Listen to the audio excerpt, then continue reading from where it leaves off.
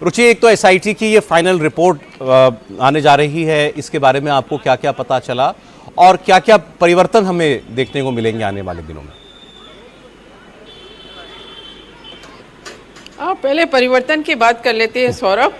और क्योंकि जो पूरा ये मसला हुआ, पूरा वाकया हुआ, जिस तरह से चढ़ावे में चोरी हुई, आपको भी पता है, सबको पता है कि उसकी बड़ी वजह ये थी कि ट्रस्ट में प्रोफेशनल लोग नहीं थे, तो उन्होंने ट्रस्ट को प्रोफेशनल तरीके से नहीं चलाया। तो अब सीईओ को नियुक्त करने की तैयारी हो रही है। 13 तारीख से लोग एप्लीकेशन दे रहे हैं और अभी करीब 44 घंटे बाकी हैं सौरभ, क्योंकि सैटरडे को 4 बजे तक आप अप्लाई कर सकते हैं जिनको भी सीईओ बनना है, जो उस क्राइटेरिया में आते हैं। और अभी तक करीब 1000 एप्लीकेशंस आ चुकी हैं।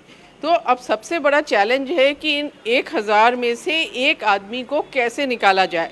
तो जो सर्च कमेटी बनाई थी ट्रस्ट ने, जिसमें रिटायर्ड चीफ जस्टिस सिक्किम के थे justice Kohli, lieutenant general retired Chaturvedi ji थे, और शिरडी के जो ट्रस्ट के अध्यक्ष रह चुके हैं वो इस कमेटी में हैं।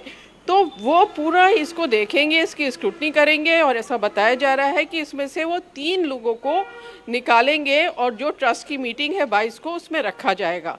तो ये उम्मीद की जा रही है कि जब सीईओ होगा, जो प्रोफेशनल होगा, जिनको मतलब धर्म से भी मतलब होगा, धार्मिक भी होगा, साथ में एक्सपीरियंस होगा इस तरह से, क्योंकि इतने लाखों श्रद्धालु जहाँ आ रहे हैं, इतना चढ़ावा चढ़ रहा है, तो वहाँ चलाने का उनको एक्सपीरियंस होगा। तो सबसे बड़ा सुधार तो उसी से आएगा कि प्रोफेशनल आदमी वहाँ पे हर चीज़ देखेगा। अब क्योंकि ये सब मसला हो गया है, अभी बहुत तरह का वहाँ सुधार हो गया है। सीसीटीवी जो काउंटिंग सेंटर है उसके लिए अलग कंट्रोल रूम बना दिया गया है, उसमें 4 लोग हमेशा तैनात रहते हैं। जो लोग जा रहे हैं वो जो ड्रेस कोड है उसका पालन कर रहे हैं, कोई सामान अंदर नहीं ले जा पा रहे हैं जहाँ पर ये काउंटिंग हो रही है।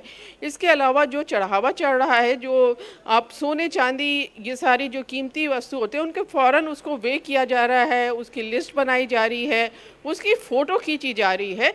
तो ये सारी सावधानियां जो पहले बरतनी चाहिए थी वो अब बरती जा रही हैं।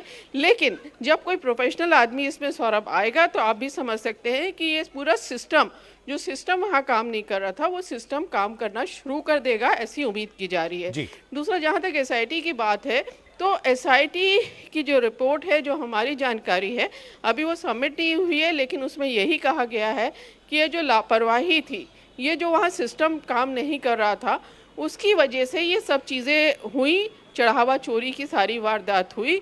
और जो सीसीटीवी थे उनमें गड़बड़ी थी, उनका 45 दिन का ही फुटेज रखा गया, जबकि 180 दिन का रखा जाना चाहिए था। सिफारशी लोग रख लिए गए। और जैसा आपने बताया कि बैंक को बहुत बड़ा जिम्मेदार माना है उस रिपोर्ट में, क्योंकि ये बैंक की भी जिम्मेदारी थी, ट्रस्ट के साथ साथ बैंक की भी जिम्मेदारी थी कि वो पूरे सिस्टम को देखते और सब कुछ सही होता। लेकिन जो ट्रस्ट के मेंबर हैं, बड़े मेंबर, उनको भी कहीं ना कहीं लापरवाही का दोषी माना गया है। और ख़ासतौर से चंपत राय की बात करें तो ये कहा जा रहा है कि उनका जो काम है, वहाँ पर योगदान है, उसको नहीं भुलाया जा सकता, लेकिन उन्होंने लापरवाही बरती है। सौरभ, रुचि, बहुत शुक्रिया आपका इस पूरी इन्फॉर्मेशन के लिए।